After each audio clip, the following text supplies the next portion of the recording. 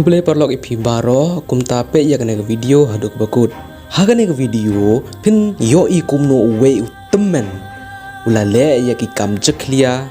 bat kwe ke kena red. Kum ta perlok ngakar pat ipi baro bala de pi wan hakane ke channel kasin ke benengkong te Sngap subscribe ya kena channel bat share ya kena video kenang ba baro kin yai long ki ba husiar Hadien bala pe ya kena video. Kham tam hagnega jilla Meghalaya Jongi bun ki kenarit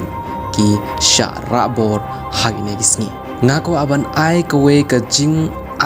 mud ye pi baro ki parlok balada phi don ka khun kanthe ka berit haying jong phi te tikna ba Phin ya thu Ïaka balad don uno unong we ukhot ya phi te wat le namara kane ka jingjia kalajia bat kane ka khna kanthe mynta sngi kala banjia bat ki khun jong phi la shai kumta Sngap share ya kane ka video kat ba la khnang ba kan poi shabaro Hadien bala pe ya kane ka video khnang ba baro kin yai long ki ba husiar hagane ka video lapan I arngut ki khna uwe ukhna shinrang bat ka we ka kanthe kiba yaj hasurok ban uwe ubriu Tymmen uba yaj Khmat jongki une Tymmen ulong kum ukupa Tymmen jongkine ki khna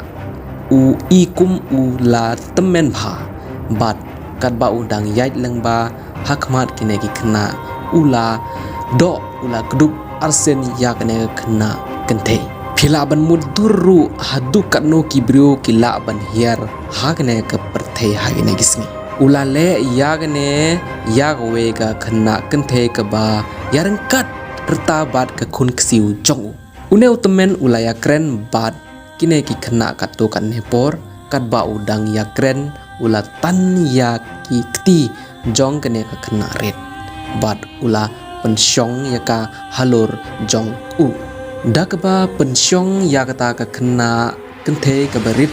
halur Jong ulale ya ki kam jaklia bat kane ka kenarit Hynmen Jong kane ka kenarit ulatan ya ka kti jongka andre uneu Tymmen shim la pelai Ïaka kane ka kenarit kala yam bat kala pertashibun andre uneu Tymmen shim la eno Ïaka bat kensan uble lese ula pha ya uneu bri shata